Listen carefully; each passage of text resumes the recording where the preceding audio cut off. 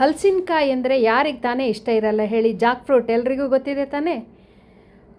ಅದರಲ್ಲಂತೂ ಮಲೆನಾಡಲ್ಲಿ ಹುಟ್ಟಿ ಬೆಳೆದವರಿಗೆ ಹಲಸಿನಕಾಯಿ ಅಂದರೆ ಪಂಚಪ್ರಾಣ. ಹಲಸಿನಕಾಯಿ ತಿಂದಾದರೂ ಬದುಕ್ತಾರೆ, ಊಟ ತಿಂಡಿ ಇಲ್ಲ ಅಂದರೂ ಪರವಾಗಿಲ್ಲ, ಆ ಥರ ಅಷ್ಟು ಇಷ್ಟ ನಾವು ಚಿಕ್ಕವರು ಇರಬೇಕಾದ್ರೆ. ಹಾಗೆ ಈ ಸಲ ನಾವು ಹಲಸಿನಕಾಯಿ ಸೀಸನ್ನಲ್ಲಿ ಮನೇಲಿ ಊರ ಕಡೆ ಹೋಗಿದ್ವಿ. ಎಲ್ಲಿ ನೋಡಿದ್ರೂ ಹಲಸಿನಕಾಯಿ ಕಾಣಿಸ್ತಾ ಇತ್ತು. ನಮಗಂತೂ ಯಾವಾಗ ಹಲಸಿನಕಾಯಿ ತಿಂತೀವಿ ಅಂತ ಆಗಿತ್ತು. ಹಾಗೆ ಹೋಗಿ ನಮ್ಮ ಅಕ್ಕನ ಮನೆಗೆ ಹೋದಾಗ ಹಲಸಿನ ಹಣ್ಣು ಬೇಡ, ಹಲಸಿನಕಾಯಿ ಹಣ್ಣಂದರೆ ನಮಗೆ ಸಿಟಿಲೆಲ್ಲ ಕಡೆ ಸಿಗುತ್ತಲ್ವ, ಅದಕ್ಕೆ ಕಾಯಿನ ತಂದುಬಿಟ್ಟು ರಾತ್ರಿ ಹಲಸಿನಕಾಯಿನ ಈ ಥರ ಕಡ್ದು ಕೂತ್ಕೊಂಡು ಹಲಸಿನಕಾಯಿನ ಕಟ್ ಮಾಡಿ ಸೊಳೆ ಎಲ್ಲ ಬಿಡಿಸಿ ಹಾಗೆ ಚಿಪ್ಸ್ ಮಾಡಿದ್ವಿ. ಅದರಲ್ಲಿ ಸ್ವಲ್ಪ ಚಿಪ್ಸ್ ಮಾಡಿ ಜೋರಾಗಿ ಮಳೆ ಸ್ಟಾರ್ಟ್ ಆಯಿತು ರಾತ್ರಿ. ಆ ಮಳೆನಲ್ಲೇ ಚಿಪ್ಸನ್ನು ತಿನ್ನೋದೊಂದು ಮಜಾ ಅಲ್ವಾ. ಎಲ್ರಿಗೂ ಇದನ್ನು ಖಂಡಿತ ಎಲ್ಲರೂ ಎಂಜಾಯ್ ಮಾಡ್ತಾರೆ. ಹಲಸಿನಕಾಯಿ ಚಿಪ್ಸು, ಹಲಸಿನಕಾಯಿ ಹಪ್ಪಳ, ಈ ಥರ ಎಲ್ಲ ಹಲಸಿನಕಾಯಿ ರೆಸಿಪೀಸ್ ಎಲ್ಲ ಇಷ್ಟಪಡ್ತಾರಲ್ವ. ಅದೇ ಥರ ನಾನು ಎಲ್ಲ ರೆಸಿಪಿನೂ ಹಾಕಬೇಕು ಅಂದ್ಕೊಂಡಿದ್ದೆ. ಈ ಚಿಪ್ಸು ಮತ್ತು ಹಪ್ಪಳ ಎಲ್ಲ ಮಾಡೋಕ್ಕೆ ಟೈಮು ಸೆಟ್ ಆಗಲ್ಲ ನಾವು ಅಲ್ಲಿಗೆ ಹೋಗೋದು. ಆದರೆ ಈ ಸಲ ಮಾತ್ರ ನನಗೆಲ್ಲ ಒಂದು ಟೈಮ್ ಕೂಡಿ ಬಂತು ಅಂತ ಹೇಳ್ಬೋದು. ಅದಕ್ಕೆ ನೋಡಿ ಹಲಸಿನಕಾಯಿನ ಕಟ್ ಮಾಡಿಸಿ ಸೊಳೆ ಎಲ್ಲ ಬಿಡಿಸಿ ಸ್ವಲ್ಪ ಚಿಪ್ಸ್ ಮಾಡಿದ್ವಿ. ಹಾಗೆ ಇನ್ನೂ ಸ್ವಲ್ಪ ನಾನೇ ಹೆಚ್ಚುತ್ತಾ ಇದ್ದೆ. ನನಗೆ ಹೆಚ್ಚುತ್ತಾ ಸ್ವಲ್ಪ ಬೋರ್ ಆಯಿತು ಆ ಚಿಪ್ಸನ್ನು. ಹಾಗೆ ನಮ್ಮ ಅಕ್ಕನ ಸೊಸೆ ಕೂಡ ಚಿಪ್ಸಿಗೆಲ್ಲ ಹೆಚ್ಚಿ ರೆಡಿ ಮಾಡಿ ನಮ್ಮ ಅಕ್ಕನ ಸೊಸೆ ಎಲ್ಲರೂ ಸೇರಿ ಅಂತೂ ಚಿಪ್ಸ್ ಮಾಡಿದ್ವಿ. ಗಂಡು ಮಕ್ಕಳೆಲ್ಲ ಕಟ್ ಮಾಡಿಕೊಟ್ರು ಇದನ್ನು ಹಲಸಿನಕಾಯಿನ ಎಲ್ಲ ಸೇರಿಬಿಟ್ಟು ಚಿಪ್ಸ್ ಅಂತೂ ರೆಡಿ ಆಯಿತು. ಚಿಪ್ಸು ಸೂಪರಾಗಿತ್ತು, ಎಲ್ಲ ತಿಂದ್ವಿ. ಹಾಗೆ ಸ್ವಲ್ಪ ಪ್ಯಾಕ್ ಮಾಡ್ಕೊಂಡು ಇಟ್ಕೊಂಡೆ. ಹಾಗೆ ಸೊಳೆ ಕೂಡ ನಾನು ಹೆಚ್ಚಿ ಬೋರ್ ಆಗಿದ್ದರಿಂದ ನಾನೇನು ಯೋಚನೆ ಮಾಡಿದೆ ಅಂತಂದರೆ ಹೈದ್ರಾಬಾದಿಗೆ ತಗೊಂಡೋಗ್ಬಿಟ್ಟು ಸೊಳ್ಳೆನ ಹೈದ್ರಾಬಾದಲ್ಲಿ ಹಪ್ಪಳ ಮಾಡೋಣ. ಯಾಕೆ ಅಂದರೆ ಹೈದ್ರಾಬಾದಲ್ಲಿ ಬಿಸಿಲಿಗೆ ಏನು ಕೊರತೆ ಇಲ್ಲ ಅಲ್ವಾ, ಅದಕ್ಕೆ ಹೈದ್ರಾಬಾದಲ್ಲೇ ಹಪ್ಪಳ ಮಾಡಬೇಕು ಅಂತ ಒಂದು ಐಡಿಯಾ ಬಂತು ನನಗೆ. ಅದಕ್ಕೆ ಸ್ವಲ್ಪ ನೋಡಿ ಆ ಸೊಳೆ ಕಟ್ ಮಾಡೋದನ್ನು ಅಲ್ಲಿಗೆ ನಿಲ್ಲಿಸಿ ಉಳಿದ ಸೊಳೆನೆಲ್ಲ ನಾನು ಫ್ರಿಜ್ಜಲ್ಲಿ ಇಟ್ಬಿಟ್ಟು ಸ್ವಲ್ಪ ಮಾತ್ರ ಚಿಪ್ಸ್ ಮಾಡಿದ್ವಿ. ಚಿಪ್ಸ್ ಮಾತ್ರ ಸೂಪರಾಗಿ ಬಂದಿತ್ತೆಲ್ಲ. ಎಲ್ಲರೂ ಚಿಪ್ಸ್ ಎಲ್ಲ ತಿಂದ್ಬಿಟ್ಟು ನೋಡಿ ಇಲ್ಲಿ ನಿಂತಿರೋ ಅಕ್ಕನ ಮಗ ಇವನೇನೆ ಆ ಗಿಡನ ನೆಟ್ಟಿರೋದಂತೆ. ಕಾಯಿ ಸೂಪರ್ ಚೆನ್ನಾಗಿದೆ. ಸೊಳೆ ಮಾತ್ರ ಚಿಪ್ಸ್ ಬಿಸಿ ಹೊರಗಡೆ ಮಳೆ ಜೋರಾಗಿ ಬರ್ತಾಯಿದೆ. ಬೆಂಕಿಯಲ್ಲಿ ಚಿಪ್ಸು ಕರಿತಾ ಇದೆ, ಬೇಯ್ತಾ ಇದೆ ಚಿಪ್ಸು. ಇದು ಸ್ವಲ್ಪ ನಿಧಾನ ಮಾಡೋಕ್ಕೆ. ಚಿಪ್ಸ್ ಮಾಡೋದೇನೋ ಚೆನ್ನಾಗಿರುತ್ತೆ, ತಿನ್ನೋಕ್ಕೂ ಚೆನ್ನಾಗಿರುತ್ತೆ, ಆದರೆ ಮಾಡೋಕ್ಕೆ ಸ್ವಲ್ಪ ನಿಧಾನ ಆಗುತ್ತೆ. ಯಾಕೆಂದರೆ ಬೇಯೋದು ತುಂಬಾ ಲೇಟ್ ಆಗುತ್ತೆ ಬೇಯೋದು. ಅದಕ್ಕೆ ನಾವು ಏನು ಮಾಡಿದ್ವಿ, ನಿಧಾನ ಎಲ್ಲ ಬೇಯಿಸಿ ನಾನು ಅಲ್ಲಿಗೆ ಸ್ಟಾಪ್ ಮಾಡಿದೆ. ಈಗ ನಾನು ಹೈದ್ರಾಬಾದಿಗೆ ಬಂದ್ವಿ. ನಾವು ಫ್ಲೈಟಲ್ಲಿ ಬಂದಿರೋದ್ರಿಂದ ಈಸಿಯಾಗಿ ಸೊಳೆನ ಹೈದ್ರಾಬಾದಿಗೆ ತೊಗೊಂಬಂದೆ. ಹೈದ್ರಾಬಾದಿಗೆ ತಂದ ಮೇಲೆ ಈ ಥರ ನೋಡಿ ಒಂದು ಕ್ಲಾತಲ್ಲಿ ಕಟ್ಟಬೇಕು. ಸೊಳೆನ ಕ್ಲಾತಲ್ಲಿ ಕಟ್ಟಬೇಕು, ಬಟ್ಟೆನಲ್ಲಿ ಕಟ್ಟಿದ್ರೆ ಬೇಯಿಸ್ಬೇಕು. ಇದು ಮಾಡೋ ವಿಧಾನ ನೋಡಿ ಹೇಗೆ ಮಾಡಬೇಕು ಅಂತ ಹೇಳ್ತಾ ಇದ್ದೀನಿ. ನೀವು ತಂದಿರೋ ನಿಮಗೆಲ್ಲರೂ ಸಿಕ್ಕಿದ್ರೆ ಹಲಸಿನ ಸೊಳೆನ ಈ ಥರ ಒಂದು ಒಳ್ಳೆ ಕ್ಲಾತಲ್ಲಿ ಕಟ್ಟಿಬಿಟ್ಟು ಕುಕ್ಕರ್ ಒಳಗೆ ಆವರಿಯಲ್ಲಿಟ್ಟು ಬೇಯಿಸಬೇಕು. ಕುಕ್ಕರ್ ಆಗಲಿ ಇಡ್ಲಿ ಪಾತ್ರೆ ಆಗಲಿ ಯಾವುದಾದ್ರೂ ಆಗುತ್ತೆ, ಪರವಾಗಿಲ್ಲ. ಇದನ್ನು ಆವರಿಯಲ್ಲಿಟ್ಟು ಬೇಯಿಸಬೇಕು ನೀವು. ಉಪ್ಪು ಹಾಕೋ ಅವಶ್ಯಕತೆ ಇಲ್ಲ. ಆಮೇಲೆ ನಾವು ಇದನ್ನು ಒರಳು ಕಲ್ಲಲ್ಲಾಗಲಿ ಮಿಕ್ಸಿಯಲ್ಲಾಗಲಿ ಹಿಟ್ಟನ್ನು ಮಾಡ್ತೀವಲ್ವ, ಆವಾಗ ಉಪ್ಪು ಹಾಕಿದ್ರೆ ಸರಿ. ಇವಾಗ ಈ ಥರ ಕಟ್ಟಿರೋದನ್ನು ಮಿಕ್ಸಿಯಲ್ಲಿ ಕುಕ್ಕರಲ್ಲಿ ಇಟ್ಬಿಟ್ಟು ನೋಡಿ ಬರೀ ಆವರಿಯಲ್ಲೇ ಬೇಯಬೇಕಿದು. ಒಂದು 10 ನಿಮಿಷ 15 ನಿಮಿಷದಲ್ಲೆಲ್ಲ ಬೆಂದುಬಿಡುತ್ತೆ. ಕೆಲವೊಂದು ಸೊಳೆಗಳು ಮೆತ್ತಗಾಗುತ್ತೆ, ಅದಕ್ಕೆ ನೋಡ್ತಾ ಇರಬೇಕಾಗುತ್ತೆ. ಏನು ನೀವು ವಿಸಿಲ್ ಇಡೋ ಅವಶ್ಯಕತೆ ಇಲ್ಲ, ಮಾಮೂಲಾಗೆ ಬೇಯಿಸಿ ಮೇಲೆ ಆವರಿ ಬರ್ತಾ ಇರುತ್ತಲ್ವ, ಆ ಬಿಸಿಗೆ ಅದು ಬೆಂದುಬಿಡುತ್ತೆ. ನಾನು ಫಸ್ಟ್ ಟೈಮು ಹಪ್ಪಳನ ಈ ಥರ ಹಲಸಿನಕಾಯಿ ಹಪ್ಪಳ ಮಾಡ್ತಾ ಇರೋದು. ಯಾಕೆಂದರೆ ನಮಗೆ ಸೀಸನಲ್ಲಿ ಹೋಗಲ್ಲ ಅಲ್ವ ಅಲ್ಲಿಗೆ, ಹಾಗಾಗಿ ಸಿಗೋದಿಲ್ಲ. ಅದಕ್ಕೆ ನಾವು ಖಾರನ ನೋಡಿ, ಇದು ಜೀರಿ ಮೆಣಸು ಅಂತಾರೆ ಇದನ್ನು, ನೋಡಿರ್ತೀರ, ಎಷ್ಟು ಜನ ನೋಡಿರ್ತೀರಿ. ಇದು ಗಾಂಧಾರಿ ಮೆಣಸು ಅಂತ ಕೂಡ ಹೇಳ್ತಾರೆ ಇದಕ್ಕೆ.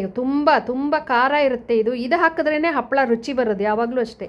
ನಾವು ಮಾಮೂಲು ಯಾವುದೇ ಹಸಿಮೆಣಸೆಲ್ಲ ಹಾಕಿದ್ರೆ ಅಷ್ಟು ಟೇಸ್ಟಾಗಿ ಇರಲ್ಲ ಹಪ್ಪಳ. ಜೀರಿ ಮೆಣಸಿನ್ಕಾಯಿ ಹಾಕಿದ್ರೆ ನೋಡಿ ಇವಾಗ ಆಲ್ರೆಡಿ ಬೆಂದುಬಿಡ್ತು ಹಲಸಿನ ಸೊಳೆ.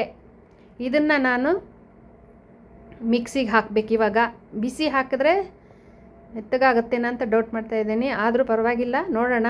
ಒಂದು ರೌಂಡು ಮಿಕ್ಸಿಗೆ ಹಾಕೋಣ. ಆಮೇಲೆ ಸೊಳ್ಳೆ ಸ್ವಲ್ಪ ಏನಾದ್ರು ಹಿಟ್ಟು ಮೆತ್ತಗಾಯಿತು ಅಂತಂದರೆ ಇನ್ನೊಂದು ಸಲ ಸ್ವಲ್ಪ ತಣ್ಣಗಾದ್ಮೇಲೆ ಹಾಕೋಣ. ಬಿಸಿ ಆದ್ರೆ ಹಾಕಿದ್ರೇ ಬೇಗ ಮಿಕ್ಸಿಯಲ್ಲಿ ಇದಾಗುತ್ತೆ. ಒರಳಕಲ್ಲಿದ್ದರೆ ನೀವು ಒರಳಕಲ್ಲಲ್ಲಿ ರುದ್ಬೋದು. ನೋಡಿ ಹಿಟ್ಟು ರೆಡಿಯಾಗೋಯ್ತು. ಮಿಕ್ಸಿಲಿ ಖಾರ ಉಪ್ಪು ಎಲ್ಲ ಹಾಕಿ ಮಿಕ್ಸಿಗೆ ಹಾಕಿದ್ದು. ಆಮೇಲೆ ಇವಾಗ ಹಿಟ್ಟು ರೆಡಿ ಆಯಿತು. ಇವಾಗ ಇದನ್ನು ಹಪ್ಪಳದ ಥರ ನೀವು ಮಾಮೂಲಿ ಯಾವುದೇ ಎಲ್ಲ ಹಪ್ಪಳ ಮಾಡ್ತಿರಲ್ಲ ಆ ಥರ ಸ್ವಲ್ಪ ಎಣ್ಣೆ ಹಚ್ಕೊಂಡು ಹಪ್ಪಳನ ಒತ್ತಿಬಿಟ್ರೆ ನಮ್ಮ ಹಲಸಿನ್ಕಾಯಿ ಹಪ್ಪಳ ರೆಡಿ ಆಗೋಕ್ಕೆ ಇನ್ನೇನು ರೆಡಿ ಆಗ್ತಾಯಿದೆ. ಬಿಸಿಲು ಬೇಕಾದಷ್ಟಿದೆ. 42, 43, 44 ಡಿಗ್ರಿವರೆಗೂ ಇರುತ್ತಲ್ವ ಬಿಸಿಲು. ಒಂದೇ ದಿವಸಕ್ಕೆ ಒಣಗೋಗುತ್ತೆ. ಇದು ತಿನ್ನೋಕ್ಕೆ ಕೂಡ ತುಂಬ ಚೆನ್ನಾಗಿರುತ್ತೆ ಹಪ್ಪಳದ ಹಿಟ್ಟು. ನಾವು ಚಿಕ್ಕವರು ಇರಬೇಕಾದ್ರೆ ಈ ಹಪ್ಪಳದ ಹಿಟ್ಟನ್ನು ಮಾಡ್ತಾನೆ ಆದಷ್ಟು ತಿಂದಿರ್ತಿದ್ವಿ. ಸಂಜೆ ಹೊತ್ತಿಗೆ ಹೊಟ್ಟೆ ನೋವು ಅಂತ ಆಗ್ತಾಯಿತ್ತು, ಆದರೆ ಅದನ್ನು ತಿನ್ನೋದು ಮಜಾನೇ ಬೇರೆ. ಟೇಸ್ಟ್ ಚೆನ್ನಾಗಿರೋದ್ರಿಂದ. ನೋಡಿ ಹಪ್ಪಳ ರೆಡಿ ಆಯಿತು. ಈ ಥರ ಪ್ರೆಸ್ ಮಾಡಿ ನಿಮ್ಗೆ ಯಾವ ರೀತಿಲಿ ಬೇಕೋ ಆ ಥರ ಹಪ್ಪಳನ ಒತ್ತಿ ಬಿಸಿಲಲ್ಲಿ ಒಣಗಿಸ್ಬೇಕು. ಬೇಗ ಒಣಗುತ್ತೆ ಬಿಸಿಲು ಜಾಸ್ತಿ ಇರೋದ್ರಿಂದ. ಹೀಗೆ ನಾನು ತಂದಿರೋ ಸೊಳೆಯಲ್ಲಿ 20ರಿಂದ 25 ಹಪ್ಪಳದ ಹತ್ರ ಆಯಿತು. ಎಲ್ಲ ಒತ್ಬಿಟ್ಟು ಚಪಾತಿ ಇದರೊಳಗೂ ಒತ್ಬೋದು. ಸ್ವಲ್ಪ ಹಿಟ್ಟು ಮೆತ್ತಗಾಗಿರೋದ್ರಿಂದ ನಾನು ಈ ಥರ ಪ್ಲೇಟಲ್ಲಿ ಒತ್ತಾ ಇದ್ದೀನಿ. ನೀವು ಒಂದು ಮಿರರ್ ಏನಾರಿದ್ರೆ ಅದರಲ್ಲೂ ಕೂಡ ಒತ್ಬೋದು, ಚೆನ್ನಾಗಾಗುತ್ತೆ. ಶೇಪು ಚೆನ್ನಾಗಿ ಬರುತ್ತೆ. ಚೆನ್ನಾಗಿ ಬಿಸಿಲಲ್ಲಿ ಒಣಗಬೇಕು. ನಮಗೆ ಇಲ್ಲಿ ಹೈದ್ರಾಬಾದಲ್ಲೆಲ್ಲ ಹಪ್ಪಳ ಮಾಡೋದು ಸುಲಭನೇ, ಯಾಕೆಂದರೆ ಬಿಸಿಲು ಜಾಸ್ತಿ ಇರುತ್ತಲ್ವ. ನಾನಿವಾಗ ಡೈನಿಂಗ್ ಟೇಬಲಲ್ಲಿ ಒಂದು ಕ್ಲಾತ್ ಹಾಕಿಬಿಟ್ಟು ಅಲ್ಲೇ ಹಾಕ್ತಾಯಿದ್ದೀನಿ ಹಪ್ಪಳನೆಲ್ಲ ಹಾಕಿದ್ದು ನಾನು.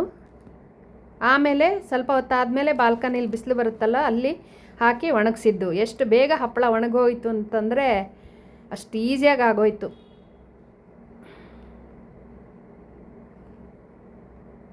ಚೆನ್ನಾಗಿ ಹಿಟ್ಟು ಚೆನ್ನಾಗಾಗಿದೆ.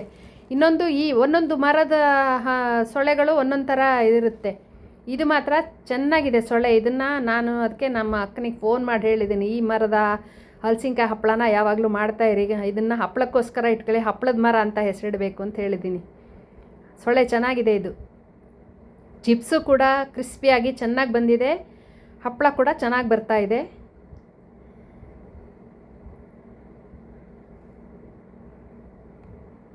ಖುಷಿಯಾಗುತ್ತೆ ಹಪ್ಪಳ ಮಾಡೋಕ್ಕಲ್ವಾ. ಬೇರೆ ಬೇರೆ ಸಂಡಿಗೆಗಳೆಲ್ಲ ಮಾಡಿರೋ ವಿಡಿಯೋ ಕೂಡ ಇದೆ ನನ್ನ ಚಾನಲಲ್ಲಿ. ಸುಗಮ ಕ್ರಿಯೇಷನ್ ಚಾನಲನ್ನು ಸಬ್ಸ್ಕ್ರೈಬ್ ಮಾಡಿ. ಈ ಥರ ಒಳ್ಳೆ ವಿಡಿಯೋಗಳನ್ನು ಹಾಕ್ತಾ ಇರ್ತೀನಲ್ವಾ, ಸಬ್ಸ್ಕ್ರೈಬ್ ಮಾಡ್ಕೊಳ್ಳಿ, ಶೇರ್ ಮಾಡಿ, ಲೈಕ್ ಮಾಡಿ. ಆವಾಗಲೇ ನಮಗೆ ಇಂಟ್ರೆಸ್ಟ್ ಬರುತ್ತೆ ಹಾಕೋಕ್ಕೆ. ನೋಡಿ ಅಷ್ಟು ದೂರದಿಂದ ಹಲಸಿನ ಸೊಳೆ ತಂದುಬಿಟ್ಟು ಹಪ್ಪಳನ ರೆಡಿ ಮಾಡಿ ಹಾಕ್ತಾಯಿದ್ದೀನಿ ಅಂತಂದರೆ ಗ್ರೇಟ್ ಅಲ್ವಾ. ನಾನೇ ಅನ್ಕೋತೀನಿ, ನೀವೇನು ಅನ್ನೋದು ಬೇಕಾಗಿಲ್ಲ ಅಲ್ವಾ. ಅದರಿಂದ ನಾನೇ ಅನ್ಕೋತೀನಿ. ನೋಡಿ ಇಷ್ಟು ಹಪ್ಪಳಗಳು ರೆಡಿ ಆಯಿತು. ಡೈನಿಂಗ್ ಟೇಬಲ್ ಮೇಲೇ ಒಣಗಿದೆ ಹಪ್ಪಳ. ಇನ್ನೊಂದು ಸ್ವಲ್ಪ ಹೊತ್ತಿಗೆ ನಾನೇ ಎತ್ತಿ ಹೊರಗಡೆ ಬಿಸಿಲು ಬಾಲ್ಕನಿಲಿ ಬರುತ್ತೆ ಚೆನ್ನಾಗಿ, ಆವಾಗ ಹಾಕ್ತೀನಿ. ಸಂಜೆ ಹೊತ್ತಿಗೆಲ್ಲ ಹಪ್ಪಳ ರೆಡಿ. ಒಂದೇ ದಿವಸದಲ್ಲಿ ನೋಡಿ ಹಪ್ಪಳ ಯಾವ ಥರ ರೆಡಿಯಾಗಿದೆ ಅಂತ. ಇದೇ ಥರ ನೀವು ಬಾಳೆಕಾಯಲ್ಲಿ ಮಾಡ್ಬೋದು, ಕೋಲ್ಗೆಣ್ಸಲ್ಲಿ ಮಾಡ್ಬೋದು ಹಪ್ಪಳಗಳನ್ನು. ಉದ್ದಿನ ಹಪ್ಪಳ ಮಾಮೂಲು ಎಲ್ಲರಿಗೂ ಗೊತ್ತಿರೋದೇ ಅಲ್ವಾ. ಈ ಹಲಸಿನ್ಕಾಯಿ ಹಪ್ಪಳ ಈ ಕಡೆಯವರಿಗೆ ಅಷ್ಟೊಂದು ಗೊತ್ತಿಲ್ಲ ಅನಿಸುತ್ತೆ. ಎಲ್ಲೂ ನನಗೆ ಮಾರ್ಕೆಟಲ್ಲೆಲ್ಲ ಸಿಗಲ್ಲ ಇದು. ನಾವು ಅಲ್ಲಿ ಊರಿಗೆ ಹೋದ್ರೇ ಹಪ್ಪಳನ ತರ್ತೀವಿ. ಆದರೆ ಈ ಸೀಸನ್ ಟೈಮಲ್ಲಿ ಹೋದರೆ ನಾವೇ ಮಾಡ್ಕೊಂಬರ್ಬೋದು. ಈ ಥರ ಬಿಸಿಲಲ್ಲಿ ನೋಡಿ ಒಣಗಿದ ಮೇಲೆ ಎಷ್ಟು ಚೆನ್ನಾಗಿ ಕ್ರಿಸ್ಪಿಯಾಗಿ ಹಪ್ಪಳ ಕಾಣಿಸ್ತಾ ಇದೆ ಅಲ್ವಾ. ಇದನ್ನು ಎಣ್ಣೆನಲ್ಲಿ ಕರೆದು ಟೇಸ್ಟ್ ಹೇಗಿದೆ ಅಂತ ಹೇಳ್ತೀನಿ ಮುಂದೆ ಬನ್ನಿ. ಇವಾಗ ಇದು ಹಪ್ಪಳ ರೆಡಿ. ಈ ಮಟ್ಟದಲ್ಲಿ ಒಣಗಿದ್ರೆ ಒಂದೇ ದಿವಸದಲ್ಲಿ ಇದು ಬಿಸಿಲಲ್ಲಿ ಒಣಗಿಬಿಟ್ಟಿದೆ. ನೋಡಿ ಎಷ್ಟು ಕಲರ್ ಕೂಡ ಎಷ್ಟು ಚೆನ್ನಾಗಿದೆ ಅಂತ.